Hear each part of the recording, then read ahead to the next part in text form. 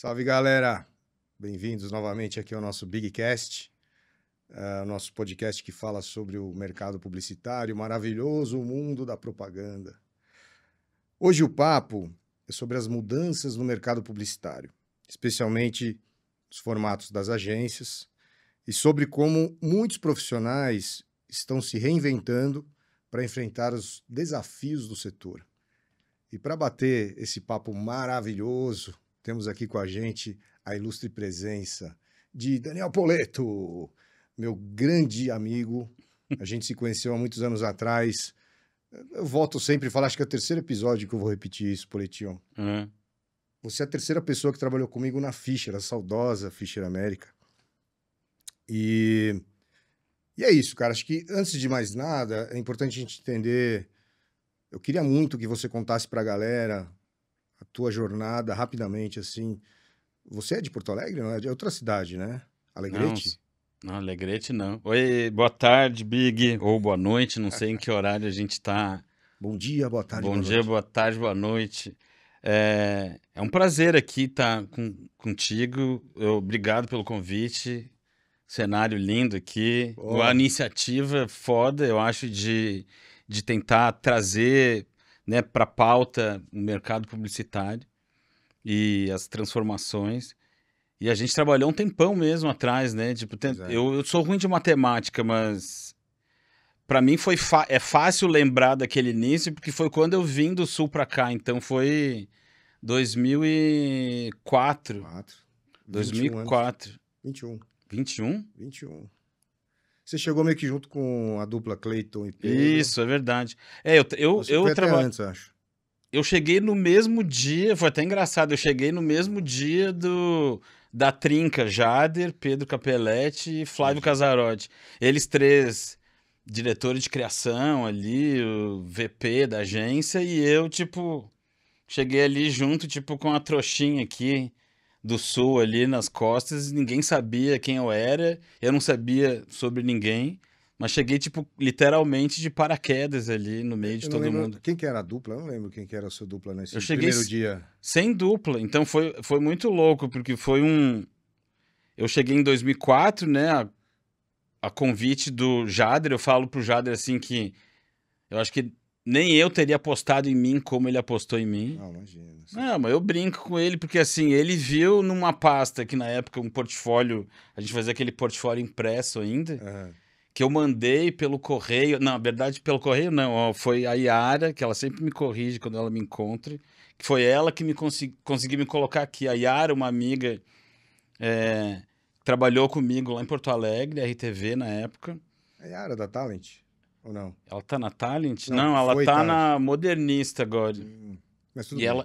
e a irmã dela trabalhava na DM9, junto do Pedro e do Jader. Então eu falava, eu quero. Eu trabalhava em Porto Alegre, já numa agência legal, mas queria sair de lá, queria vir para São Paulo, porque era aqui. E ainda é, né? Onde as coisas mais acontecem, assim. Sim, sim. Então eu já estava um tempo lá, 10 anos já em Porto Alegre, já trabalhando, e achava que eu precisava me movimentar. Qual que era a agência lá, você lembra? Eu trabalhei a última agência que eu trabalhei lá foi a Competence. Que era uma das maiores agências do Sul. Legal. Ela continua existindo ainda, tem um bom tempo de estrada lá.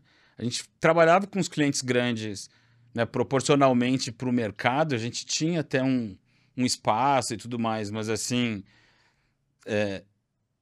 eu achava que podia fazer mais ainda vindo para São Paulo. Então eu queria vir muito para cá e não sabia como. E aí, na época, eu, duplando com o meu dupla, era o Fabiano, a gente resolveu montar uma pasta de dupla. E na época a pasta era imprimir mesmo os Sim. anúncios. Se tinha algum filme, a gente botava num CD, num DVD e colocava anexado no final da pasta. Tinha uma caixinha bonitinha. Aí fez uma caixinha e aí tinha uma ideia, né? A pasta com ideia. Então, tipo, era uma pasta ketchup e mostarda. Então, era de um lado era o ketchup, eu era o, sei lá quem que era o ketchup. Era o ketchup, do outro lado era o mostarda. Então, aí tinha os cartões de visita, assim, era o Batman e Robin, era o arroz e feijão. Mas você parou a mostarda do ketchup quando você veio. Aí acabou, aí eles, quando eu mandei a pasta, ela trouxe na DM9, passou um tempo, o Jader já tinha mudado de DM9 para Toró, que é uma agência que ele abriu com o Roberto Lauter, Me lembro. E eu falei, pô, seria muito legal ir para esse lugar, que é uma agência pequena, mas com uns caras muito experientes, fera, assim. E aí eles me ligaram, assim, pô, recebi aqui uma pasta, achei legal. Topa conversar? Eu falei, como assim? Achei que fosse mentira. Tocou o celular lá na mesa. Ó, aqui é o Roberto Lauter, ele tem uma voz grossa. Ô, Roberto Lauter, eu queria... Recebi a pasta aqui, eu não sei como, mas chegou aqui nas minhas mãos, eu achei umas coisas interessantes, eu queria bater um papo. E aí a gente conversou, né? Durante umas férias, depois eu vim para São Paulo, visitei eles na agência. Sim. Eles me deram o nome de várias outras pessoas legais, indicação para ir poder mostrar pasta. Tá rodando. Fui na W, fui na UMAP, fui em um monte de agência. Alguns me ofereceram estágio, eu falei, pô, estágio, e ainda estágio Não zerado. remunerado. Não remunerado, que na época Eu comecei assim. fazia isso, hoje em dia. Assim. E aí eu acabei voltando para Porto Alegre, porque não tinha um espaço ainda lá com eles. Eles acabaram, a agência acabou que o Jader, depois de um tempo, saiu e foi para Fischer. Aí ele me ligou assim, falou, ó, lembra que a gente falou 6 meses atrás? Você ainda tá com vontade de vir para São Paulo? Eu falei, caralho, tô muito, sim, claro. Então, eu tô indo para um outro lugar. Eu não posso dizer para onde, mas eu quero saber se você topa vir. Eu falei, topo, sem nem saber para onde. Topo. Não, então, aí eu falei assim, não, mas eu tinha acabado de ganhar da agência uma viagem de premiação para um lugar. Eu falei, então, só que ganhei uma viagem, fui falar isso, do dono da agência aqui, do pessoal da agência, mas se disser que você me contrata, eu não vou. Ele, não, você ganhou a viagem, você tem que ir, é mérito, vai, faz essa viagem, depois a gente conversa. Eu falei, não, eu não quero mais viajar, eu quero ir pra São Paulo. Aí ele falou, não, vai viajar e depois a gente fala, desligou e eu falei, porra, falei que eu não devia. Você fica com medo. Perdi a chance. Quando eu fui falar da viagem... Aí fui, viajei, desencanei, viajei, tipo, já era, falei que eu não devia, na hora errada, deixa eu curtir minha viagem que é o que me resta. Aí fui, viajei, voltei, na volta... Acho que ele anotou na agenda o dia. Um dia depois ele ligou. E aí, tá de volta? Porra. Eu falei, tô. Então vem pra cá. Olha só. Eu falei, como assim? Eu achei que não ia mais rolar. Ele disse, não, eu falei, viaja, na volta eu te ligo. Eu tô te ligando, então vem. Eu falei, e agora que eu vou falar pro cara que eu ganhei a viagem, não sei o quê. Subi na sala do patrão. Falei, ó, aconteceu isso, isso e isso. Ele, pô, vou ter que descontar essa viagem, Titi. Falei, tá bom, faz o que você quiser. Aí no final rolou, foi legal, vim. E esse foi o grande salto, né? Pelo foi. Foi o grande... Não, e foi muito, tipo, me atirar no escuro, assim, porque eu trabalhei desde quando eu comecei na faculdade em agência pequena, foi difícil o começo, muito difícil, até chegar numa agência média ou maior lá em Porto Alegre. 10 anos trabalhando lá, foi um bom tempo, assim, desde os... É que eu comecei desde os 17, 18 em agência, então só trabalhei em agência. Então, um bom tempo lá, e aí fiz esse salto em 2004. Aí eu cheguei aqui também, tipo, não conhecia ninguém, nem nada, e cheguei nesse lugar, né, o Jader, o Pedro e o Flávio, chegando numa agência nova. Você já vem com a Bárbara ou não? Já, a gente tinha acabado de casar. Ah, garoto, aí sim. E ela veio tranquila? Ela se apoiou, assim, te apoiou? Ela deu muita força. E ela trabalhava lá, ela falou, não, eu largo meu emprego, eu vou, e eu sei que é teu sonho, e a gente vai junto. E eu falei, nossa. E aí a gente veio pra cá, vendi o carro, peguei a grana do carro, e falei, é com essa grana aqui que as coisas vão ter que dar certo. Não tem, tipo assim... As pontes estavam todas implodidas para trás. Não podia dar errado. E o não poder dar errado, eu acho que é muito combustível para que dê certo, sabe? Que pariu. Não tenha dúvida. E aí foi assim, cheguei numa agência que eu nunca tinha trabalhado numa agência tão grande de porte nacional, mas eu cheguei lá, tipo, tava sentado lá naquele canto que ninguém me via. E eu não tinha... Você perguntou lá, você falou antes de dupla, não tinha dupla. Então, meio que tracei um plano, assim, de cara, quando eu cheguei. Falei, ó, eu preciso propor coisas, porque os jobs, os trabalhos bons não vão ficar caindo na minha mesa. Fato. Então eu preciso criar um plano aqui, uma rotina.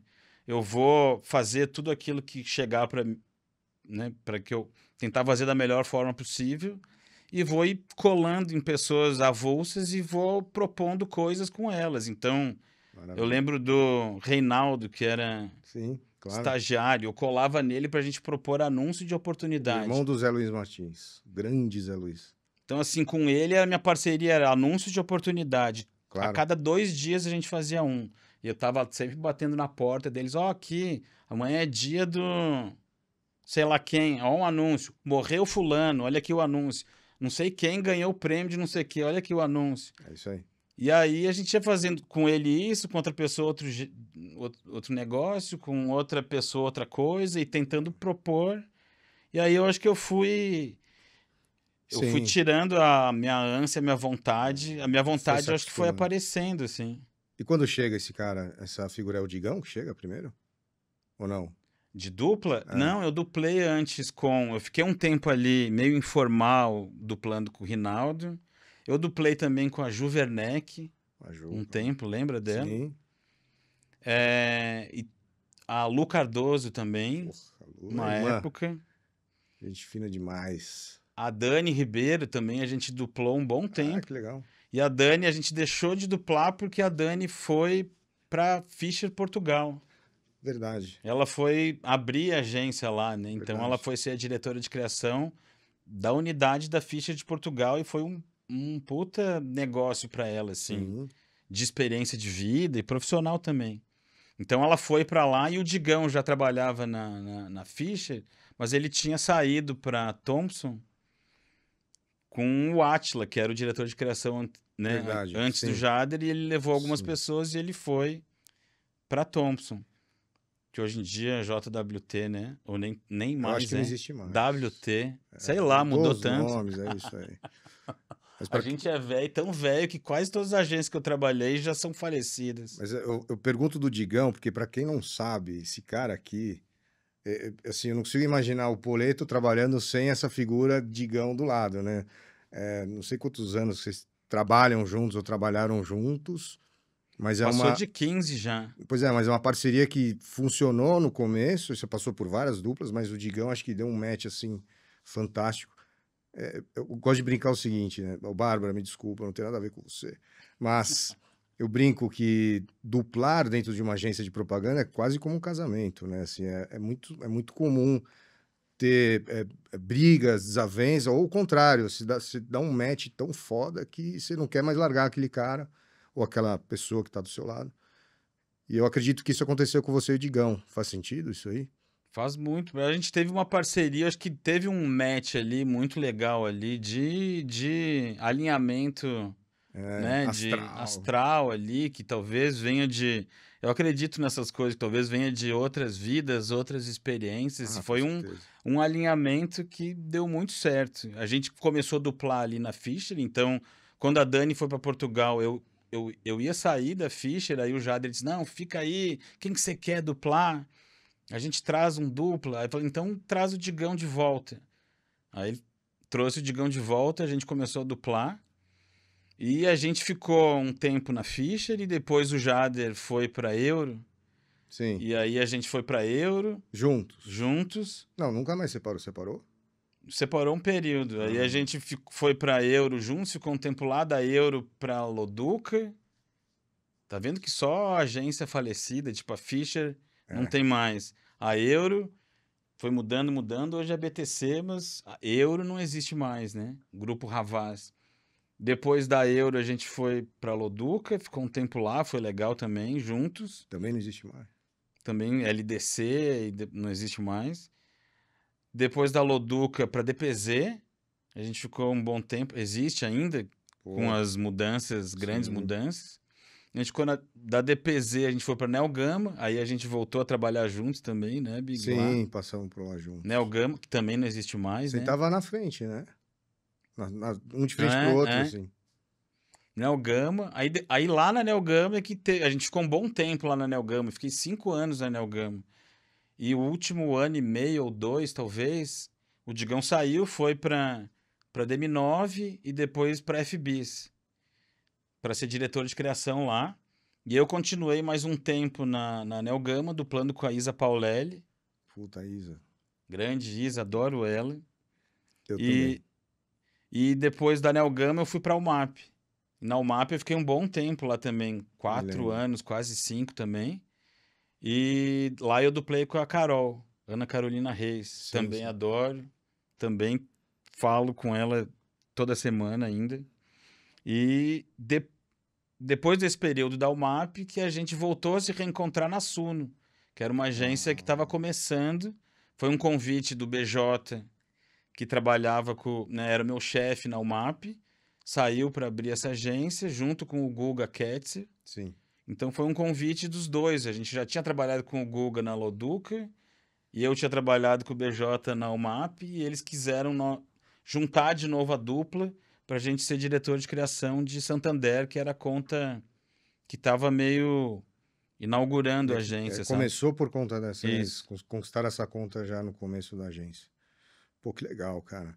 E, pô, parabéns pela trajetória. Primeiro, é animal, cara, assim. Eu tenho um É baita bom orgulho. lembrar dessas Não, é coisas. bom demais. Eu tenho, de verdade, puto orgulho de ter trabalhado com pessoas tão talentosas, assim, ao longo da minha carreira. Sem sacanagem. Acabei de fazer uma entrevista que vocês vão ver no episódio passado, que foi o Cleiton, a gente passou por esse mesmo, essa mesma lembrança, esse saudosismo que a gente falou, dessa nossa etapa da vida, o que nos traz um pouco para o nosso tema, né? Cara, a gente começa a lembrar todo esse momento que a gente tem de aprendizado, de tudo que a gente passou, as pessoas que a gente conheceu. E de repente a gente se olha agora e fala assim, caramba, meu, como que eu cheguei aqui? Como que esse mercado mudou tanto e de repente foi assim? Aí eu venho provocar uma pergunta para você para entender a sua visão. Como que você enxerga assim rapidamente? Eu vou fazer uma pergunta super complicada. Mas como que você enxerga rapidamente essa transição do mercado desse momento de agências que tinham chefes e nomes? Luduca tinha Luduca, o Fischer tinha o Fischer. Hoje praticamente não existe isso mais, né? São grandes grupos de comunicação. E como que você enxerga esse movimento dessas agências se transformarem nas grandes corporações de hoje? E disso vem uma grande, de novo, uma evolução de terceirização de serviço, né? As agências lá atrás, essas velhas, já terceirizavam alguns setores internamente, exemplo, como é que se falou? A Produção gráfica. produção gráfica.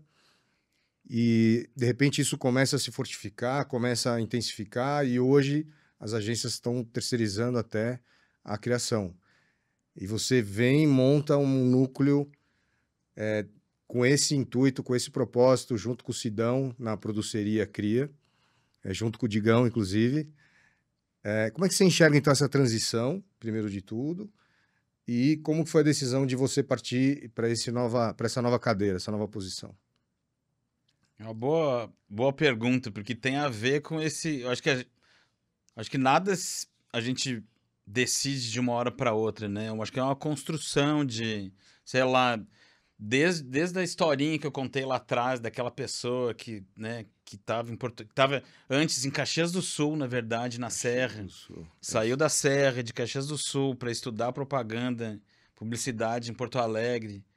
E aí aquela pessoa na ânsia de querer fazer, né, de querer alguma coisa diferente, aí depois de querer vir para São Paulo. Então, eu acho que eu tenho uma coisa da curiosidade de ser inquieto por natureza, que isso eu acho que é o que vai me empurrando para frente e me faz não conseguir ficar parado por muito tempo. Então, talvez por isso que eu esteja querendo agora experimentar uma outra história. Mas falando um pouco do mercado, eu acho que as estruturas das agências hoje estão tão complexas, porque eu acho que as agências elas são meio um espelho da demanda, né? Tipo, eu acho que ninguém se transforma, ninguém muda porque quer, né? Eu acho que a agência não muda porque quer, ela muda porque precisa mudar, porque, Claro. né, chegou num limite que ou ela muda, ou ela quebra, ou ela Desaparece, fecha, né? ou ela Exatamente. desaparece.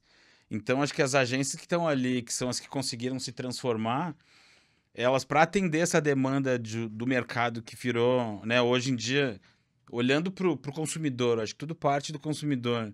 Aquele consumidor que, para se chegar nele, é muito complexo, não é mais a TV, o rádio, o outdoor, o Sim. anúncio só. A gente tem 1000 maneiras de chegar no consumidor, então tem 1000 maneiras e 1000 especialistas que sabem, que são autoridades, né? Tipo, antes tinha lá atrás as agências 360 que diziam que sabiam fazer o e-mail marketing, ou antes o marketing direto, É, isso e aí. depois eventos, e depois surgiu o digital, então tinha as agências especialistas em Em digital. digital. Aí depois começou a aparecer o marketing, né, mais recente, né, o marketing de influência e os creators e as redes sociais, e tudo ficou muito complexo e diverso. Então, acho que os clientes eles precisaram se diversificar, vários fornecedores diferentes, ou agências que consigam atender essas demandas que são muito diversas. Então, assim, as grandes agências que estão ali, elas, e também porque são grandes grupos de comunicação internacionais, elas importaram aqueles organogramas gigantescos que não existia Sim. naquela época que a Sim. gente começou ali. Se eu olhar para a estrutura de uma agência dentro da criação, era no máximo ali, ó, a chefia ali, que era o dono, a dona da agência. É. Aí a gente tinha o cargo de. Os dire- VPs. Os VPs. Mas até lá era diretor de criação. Tipo, tinha o VP de criação, É. diretor de criação, E acabou. sênior, aí depois era equipe, né? É. Sênior, pleno e júnior e Isso. estagiário. É isso aí. Essa era a sequência. Hoje em dia, tem muito mais siglas ali. Então, Sim. tipo, porque eu acho que é para atender essa demanda absurda, né? Então, você precisa ter muito mais cargos executivos para fazer reunião com o cliente, para atender o cliente, para dar conta dessas coisas todas. Então, muita gente boa das agências sênior acabou ocupando essas caixinhas, esses cargos de C-level. Imagina, ó, hoje em dia, começa lá de cima, né? Só na criação tem o CCO, às vezes tem co-CCO, porque um só não dá conta, então você precisa de mais de um. CCO, o C-Level, aí depois você tem os VPs, né? Às vezes tem agência que tem mais de um, tem os Group VP, que é o vice-presidente de criação de grupos de conta, Sim. depois tem os, os CDs, né? Os diretores de criação das contas, ou de grupos de ECDs. contas. Opa, esqueci ainda. Tem o ECD ainda, que é o diretor de criação executivo, o diretor de criação. Aí tem o ACD, que é o diretor de criação associado, que também fala com o cliente, então boa parte do dia ele está fazendo, demandando para uma equipe e atendendo o cliente. Sim. E aí começa, depois do ACD, olha só quantas Sim. Quantas escadas. Aí tem escadinhas. aqui, aí tem o sênior, aí tem o pleno, aí tem o júnior, aí tem. E- Ah, estagiário. Aí tem lá todo mundo. É. Imagina, aí essa galera toda, se você for ver ali, é difícil para É. quem que bota a mão na massa exatamente para fazer. Sim. E aí as estruturas das agências estão muito infladas né, com a necessidade de ter muito cargo executivo. E eu acho que esse também é um dos motivos Esse é o para. gancho, é. Eu acho que esse é um dos motivos para Com também a certeza. necessidade da terceirização, porque a gente percebeu, tanto dentro de agência, que às vezes as estruturas têm, né, que gente que cria, que gosta de criar, às vezes não é tão sênior quanto, né, precisaria, Sim. ou as agências às vezes precisam de gente sênior também criando e botando a mão na massa, e a gente viu essa oportunidade, tanto de ter uma criação, um olhar sênior para a criação, quanto um olhar que acoplasse também um conhecimento de produção. Por isso que a gente colou no CID, na produceria, que é um producer que a gente já tinha trabalhado Na na Loduca. Loduca, e é o cara que botava qualquer coisa de pé. Na época a gente brinca, a gente estava naquela fase de tudo, os anúncios malucos, então a gente fez lá o anúncio comestível, o anúncio que faz toca-som, o anúncio parafina, e saiu um monte de coisa desse tipo naquela Me época. lembro, claro. Aí, instalações, tipo a loja vazia, coisas que o Cid botou de pé lá. E esse cara foi o que fundou a produceria, e a Sim. gente se juntou lá com ele, abrindo uma frente criativa na produceria, que a E gente... de quem partiu essa ideia? Você lembra de Foi quem uma foi? coisa... Eu não sei exatamente da onde surgiu, mas a gente vinha falando um tempo, Hum, já nós três, pô, a gente podia trabalhar junto de novo, nós três. Pô, você é foda. Pô, imagina aqui a gente, né, criando e você produzindo também. muito bom. Porque eu acho que é legal ter uma visão criativa e um ponto de vista já de execução. Sim, E a gente achava que isso funcionava e a gente podia fazer do nosso jeito, de um jeito diferente, de um jeito talvez mais horizontal, menos sim. hierarquizado, Mas quando sabe? surge essa ideia da empresa, já vem com esse propósito de ser uma terceirização de criação de agências? Ou isso foi uma coisa que aconteceu depois dessa decisão de Não, montar a empresa? a gente fala que a gente trabalha de um jeito modular, assim, a gente não tem um jeito único, fixo. Tá, Acho que até porque a gente começou e a gente está experimentando.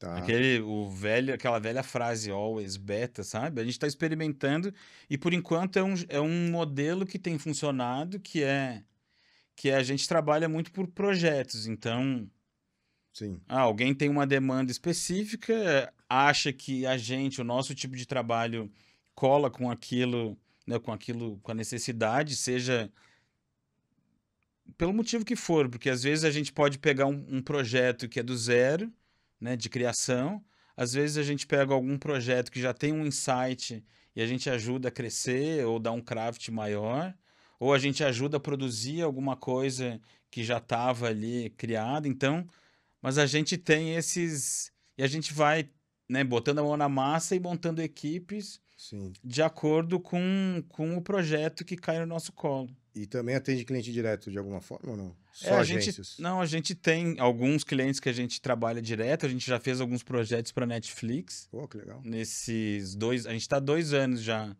fechou 2 agora, nesse modelo. Porra, animal.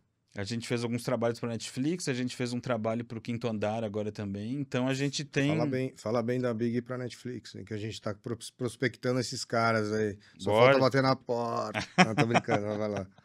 Não, é isso, tem que fazer sim.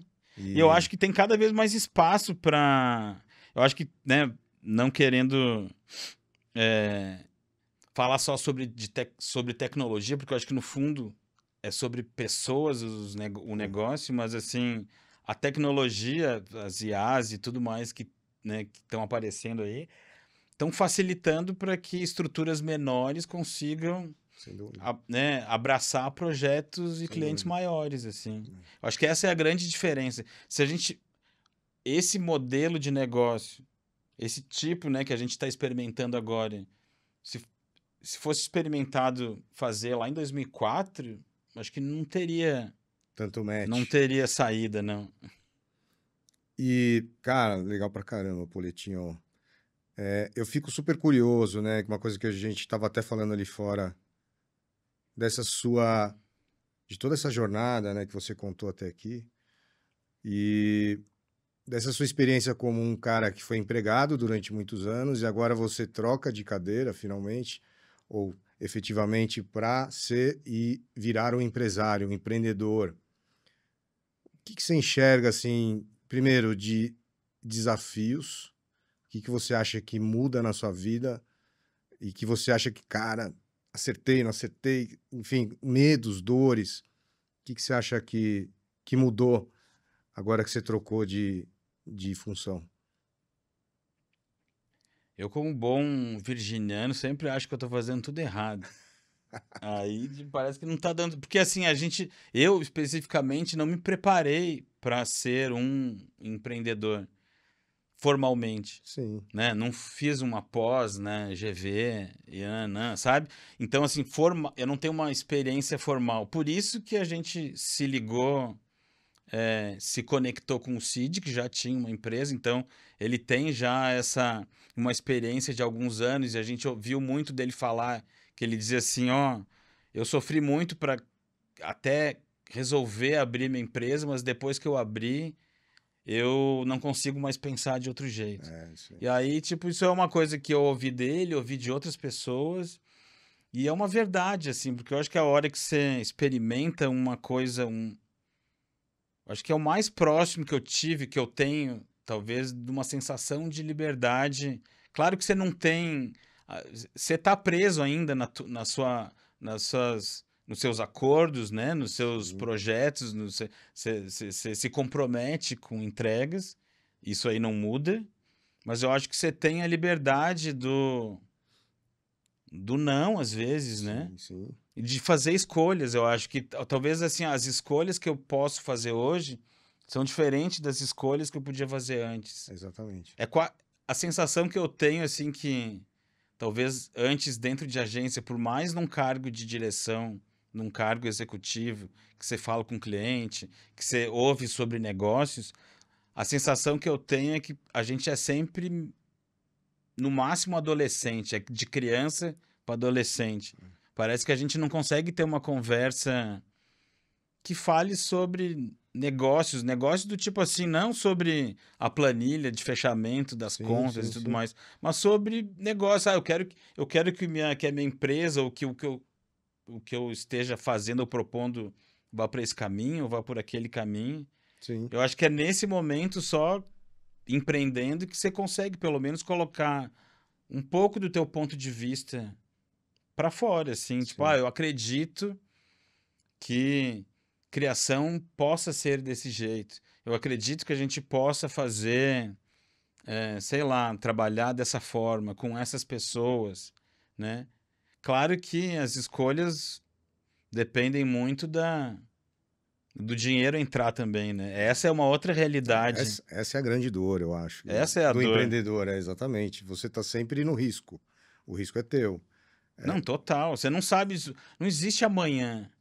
Não existe dia de amanhã, né? Você tem que trabalhar muito bem com o hoje. Com hoje. E a preparação do amanhã existe, assim, a gente, pelo menos a gente lá na empresa, a gente tem um olhar sempre para daqui 2, 3 meses, exatamente para tentar preparar um futuro, tentar estar preparado para alguma mudança brusca, mas é difícil porque as coisas mudam muito rápido. Mas eu diria assim, do nosso lado, Politinho, eu, por exemplo, trilhei o mesmo caminho, eu saí de empregado para empresário. Eu entendo quando você fala liberdade, que essa liberdade é uma liberdade. Eu escolho o meu tempo, eu escolho o que eu quero fazer com o meu dia, com as horas que eu tenho disponíveis. Eu não tenho ninguém me cobrando, né, para bater ponto em algum lugar, mas o risco é meu.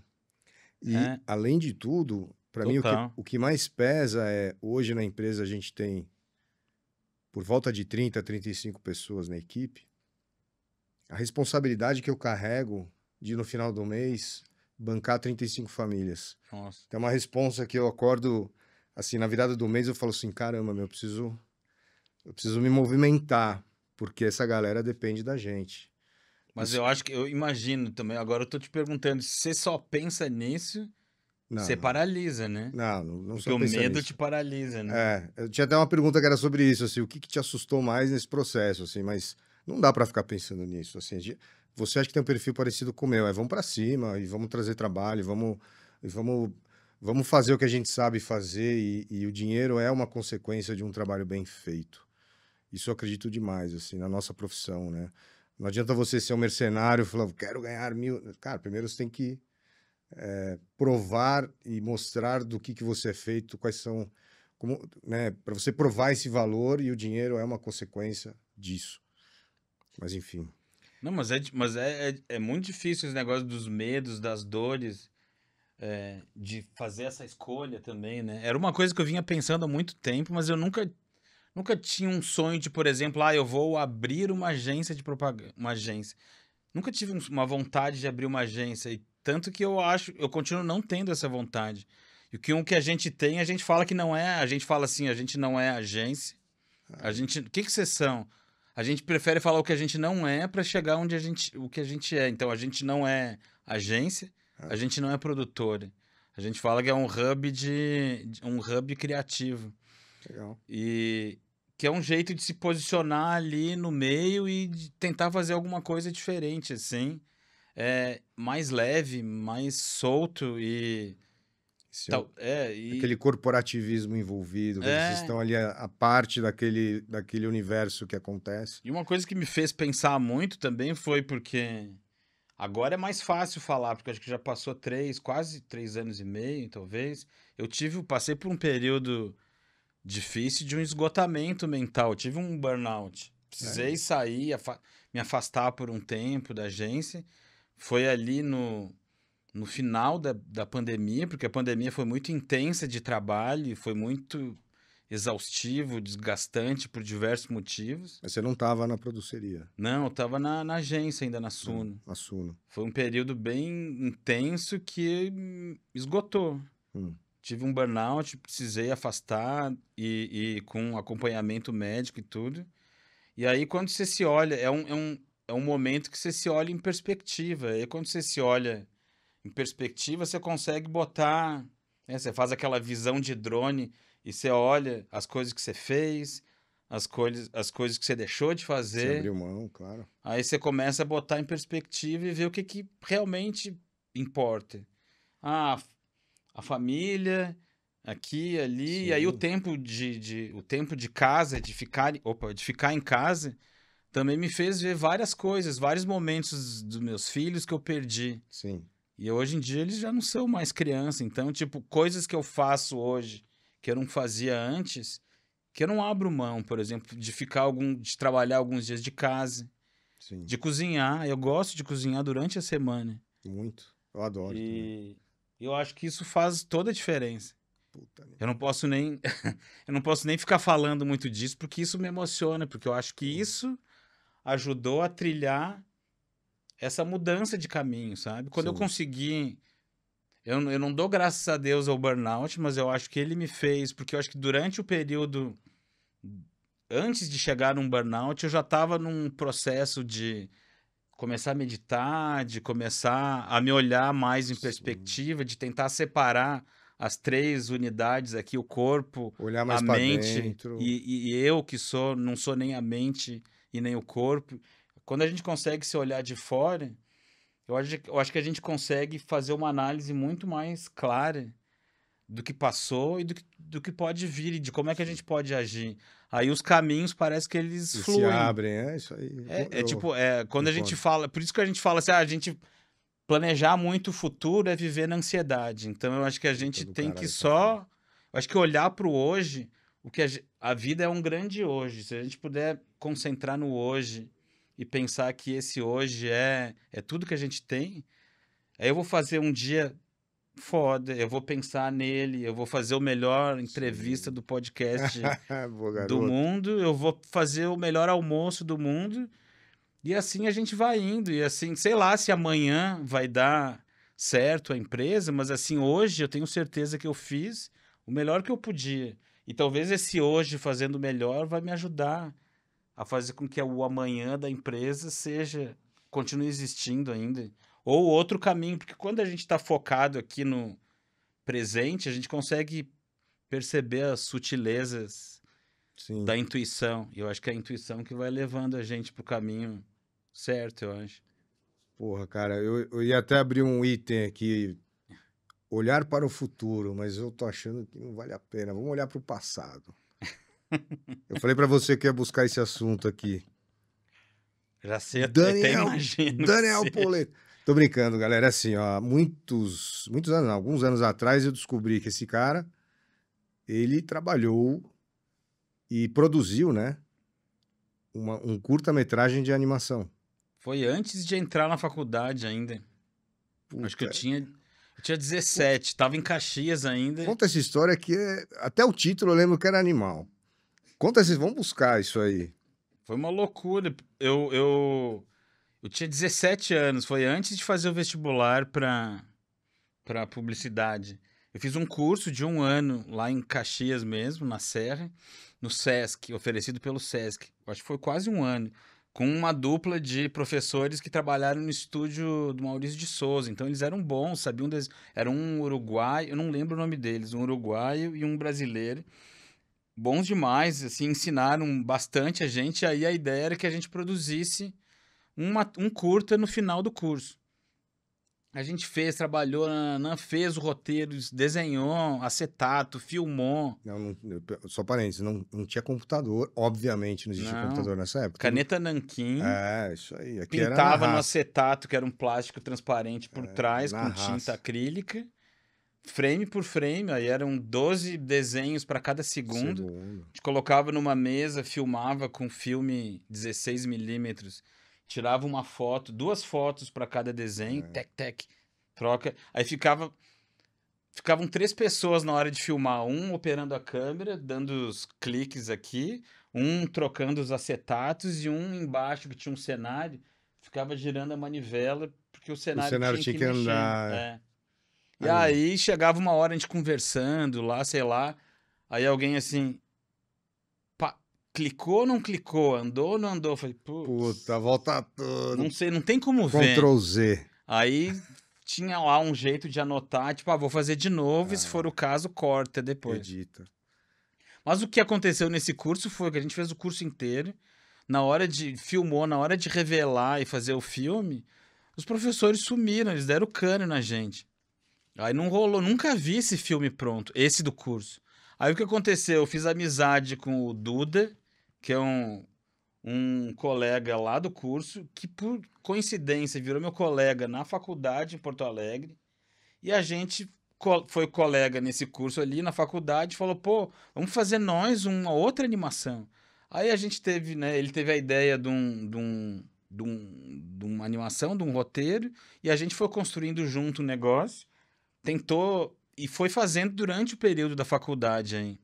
Desenhando, final de semana, à noite, virava à noite quase, cada um fazia uma parte, eu fazia uns cenários, ele desenhava os personagens, eu fazia os intermédios, ele fazia as pontas, Sim. Eu fazia as animações do meio. In-betweens. Aí depois pintar, aí depois...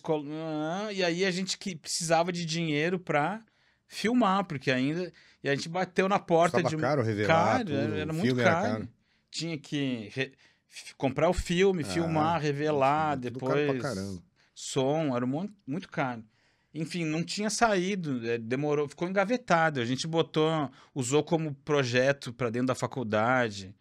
Depois a gente tentou inscrever em projeto da prefeitura. Não passou, edital. Eles acharam que a gente tinha suborçado o negócio. Sim. Porque a gente queria fazer de qualquer jeito, a gente botou um custinho lá embaixo. Mas para pegar um dinheiro, mas não rolou. Então não engavetou. Acabou saindo quando? Quando o Duda foi para... Ele virou professor na Universidade de Caxias do Sul, do curso de comunicação, e ele conseguiu usar conseguiu um apoio da universidade de lá para poder produzir já de forma digital. Aí eles escanearam ao invés de filmar, escanearam todos os negócios lá, os acetatos. Os quadros, e botou de pé o negócio e conseguiu... E conseguiu sair. Tá até no YouTube ainda o negócio, mas faz muitos anos. O título dessa obra. Eu acho que talvez por isso que a gente não tenha ganhado o edital da prefeitura. A história, o nome do desenho chama Os Porra Loucas, sexo oral também engravida. Coisa de jovens. Imagina a gente fazendo, fiz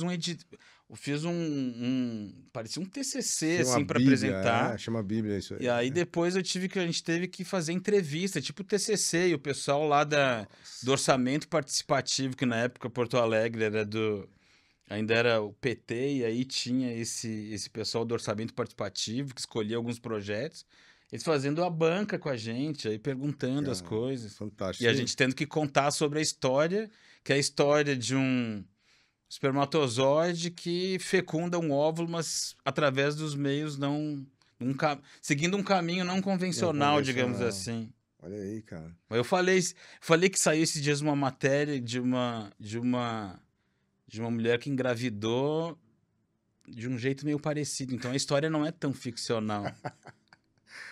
a ficção, como é que é? A ficção copia a realidade, ao contrário, a realidade copia a ficção. E esse foi. Eu gostava muito de desenhar. Na Pois verdade, é. eu entrei na primeira agência, não tinha portfólio. Tanto que eu tinha um. Eu tinha uma pasta, Pasta de uma desenho. pasta de desenho de cartoon. Aí eu participava de concurso de cartoon. Sim. E essas coisas eu fazia. Mas assim, voltando um pouco aqui para Big, né, assim, eu gosto de trazer talentos novos. Essa molecada aqui quer trabalhar, que não teve oportunidade ainda. E uma das coisas que eu faço é isso, o cara vem me mostrar, eu falo para ele, traga um portfólio. O cara, mas eu não tenho um portfólio, eu nunca fiz nada. Traz qualquer desenho que você fez, traz um poema, alguma coisa que você rabiscou num guardanapo. A gente já consegue enxergar o potencial da pessoa ali, né? Então, eu entendo o que você está falando, de chegar com uma pastinha ali embaixo do braço, às vezes tem umas fotografias misturadas com os recortes de desenho e tal. Acho que é bem comum. Por isso que portfólio até é um assunto que eu gosto muito, assim, porque tem essa coisa do lado pessoal que eu acho que faz muita diferença, porque é onde você consegue enxergar um pouco mais da pessoa. Eu acho que no lado, nesse nosso meio criativo, faz muita diferença. Você enxergar, porque uma coisa é ver, tipo, campanha, anúncio, e aí você enxerga, tipo, a inovação, a criatividade através né, do que a pessoa fez, mas você enxerga a marca também por trás. Aí quando você vê trabalhos pessoais, autorais, você consegue enxergar mais a pessoa, né? É isso aí. E isso reflete muito, de novo, né? A gente ficou muito refém lá na empresa, desse momento de marca. A gente está há 10, 15 anos só fazendo marca e a gente parou de olhar para dentro. E de quem é a empresa, quem é a Big, qual que é o nosso DNA criativo. A gente está exatamente nesse momento. A gente vai lançar em breve um filme que é Ó, completamente autoral. É uma virada de chave, cara, assim, de redescoberta criativa da empresa, cara. Você vai pô, que ver, em breve demais. estará no ar, galera. Pô, me chama pra Aguardem. ver, hein? É um filme. Cinema. Não, é Faz um. uma pré-estreia no cinema. Cara, é uma grande homenagem à animação. Então a gente vai fazer uma ode à animação, um puta manifesto, que eu acho que é uma das técnicas mais. É a primeira técnica do cinema, né? O cinema nasceu com animação. Nossa, eu adoro animação. Pois é, e é uma arte mesmo, assim, acho que é uma expressão artística muito forte, sem desmerecer o cinema propriamente dito, o live action, que também é muito foda, a fotografia e tal, mas, cara, aqui você tem realmente o trabalho braçal de artistas. Então a gente fez todo um manifesto falando sobre isso, ficou do cacete, cara, assim, tô bem ansioso pra isso sair do ar. E tá em que fase, assim, já tá Ca- Tá produzindo? produzindo. Daqui a pouco você vai ver. Tomara que vocês gostem. Pô, já gostei. Mas é bem isso, essa volta um pouco a essa essência de eu ter um portfólio autoral. Eu acho que a Essa, gente precisa fazer isso sempre. sempre, cara. E eu tinha perdido isso, cara. Assim, de fato, é uma redescoberta, um olhar de novo para esse momento. E eu tenho passado muitos dias em casa, fim de semana, coisa que eu nunca fiz, na real. Sempre desenhei. Eu tô fazendo muito texto ultimamente. Tô escrevendo pra Que caramba, legal. assim. Pra achar de novo essa essência, tem que pôr no papel algum texto, um tom de voz, um negócio. Então, Mas tem a ver com aquilo que eu tava falando também que eu acho que tem coisa que só vem com o tempo, né? Com o tempo, ou quando a gente dá uns cliques ali, a gente vai percebendo, tipo, essa coisa da jornada do autoconhecimento. Quando a gente descobre, a gente acaba percebendo mais quem a gente é. é isso aí.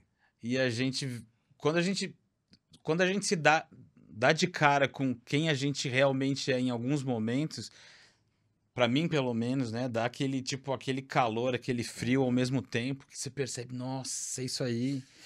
É Eu isso que me preciso. move, é isso que me move. E é tipo, é como se você se enchesse de energia É isso mesmo, cara. e aquilo te leva. É isso mesmo.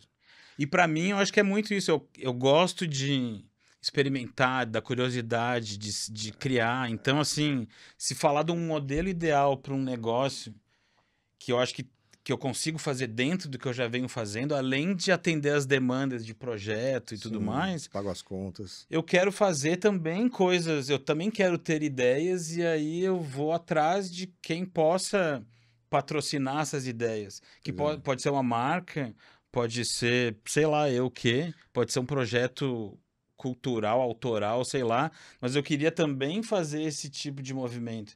Eu gosto de fazer sempre comparação com arquiteto, que eu acho que é o jeito. Acho que é a melhor comparação que eu consigo fazer de um paralelo do mercado de publicidade com, por exemplo, um escritório de arquitetura foda. Geralmente eles têm lá os seus clientes, onde pegam projetos legais e fazem projetos legais. Tem outros clientes, né, tipo que, sei lá, de gosto duvidoso, mas que pagam bem, e eles precisam fazer aqueles projetos porque ajudam a pagar as contas. Sim. Mas por outro lado, talvez aqueles clientes lá só chegaram nele porque eles pegaram um ou outro projeto autoral e fizeram aquele projeto autoral de alguma forma. Sim.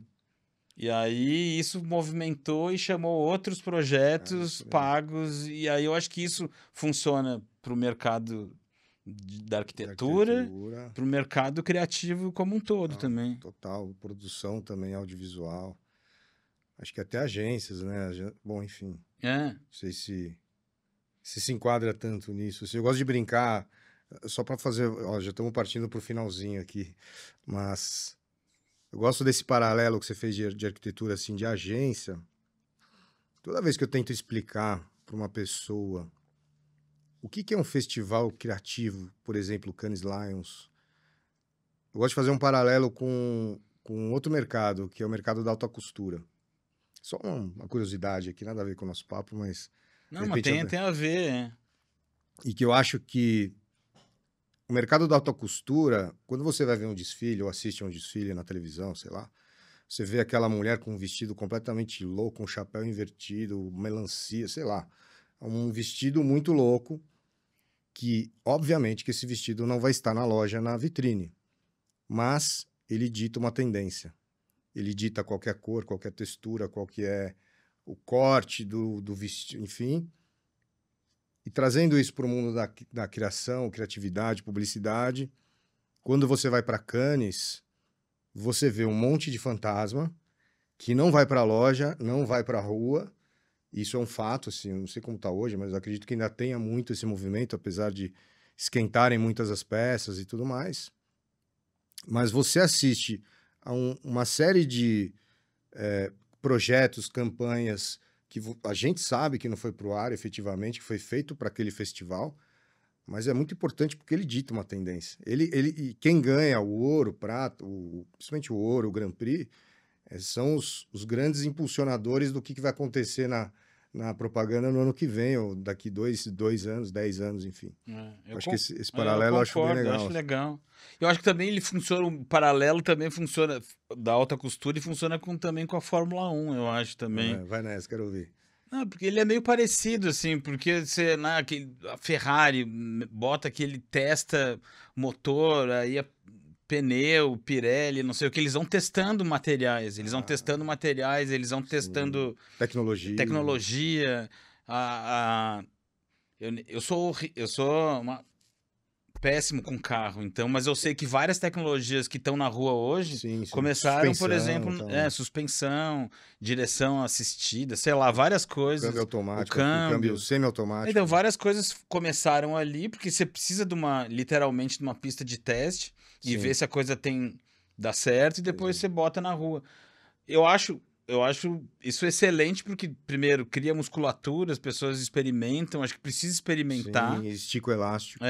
Só que eu acho que tem que ser eu acho que já teve um momento que foi muito desvirtuado aí, que era um momento que era só, tipo, era uma coisa, um ego 100% de quem queria criar e das agências de produzir um fantasma a qualquer custo, muito mentiroso. Sim. Eu acho que hoje em dia, eu acho que ainda tem, mas eu acho que hoje em dia, pelo menos, quando uma agência pensa num projeto, pelo menos de mãos dadas com o cliente, e eles façam juntos, e aquilo, pelo menos, que aquilo aconteça, pelo menos, que seja em forma de protótipo, que hoje em dia é o termo do momento, eu acho, não é mais fantasma, é protótipo. Então, você prototipa uma ideia, você lança ela como um piloto, e aí, se aquilo tiver tração, seja nas redes sociais, deu certo, aí é um novo produto, é uma ação, não sei o que, deu certo, aí aquilo pode escalar. Aquilo vai pro mainstream. E aquilo pode espalhar. Isso é um jeito de pensar. Sim, não tá errado. novo Não? que tem a ver com um jeito velho de se criar fantasma. Então eu acho que o velho fantasma, daquele jeito que eu acho que só atendia um ego de alguns, eu acho que ele não tinha muito sentido na prática, mas eu acho que esse novo fantasma, Protótipo. que é o protótipo, que é o piloto, eu acho que ele tem uma função prática e de fazer isso, de fazer tanto as agências serem mais vistas como lugares mais criativos, quanto também de esticar a corda, sabe, do mercado e de fazer coisas.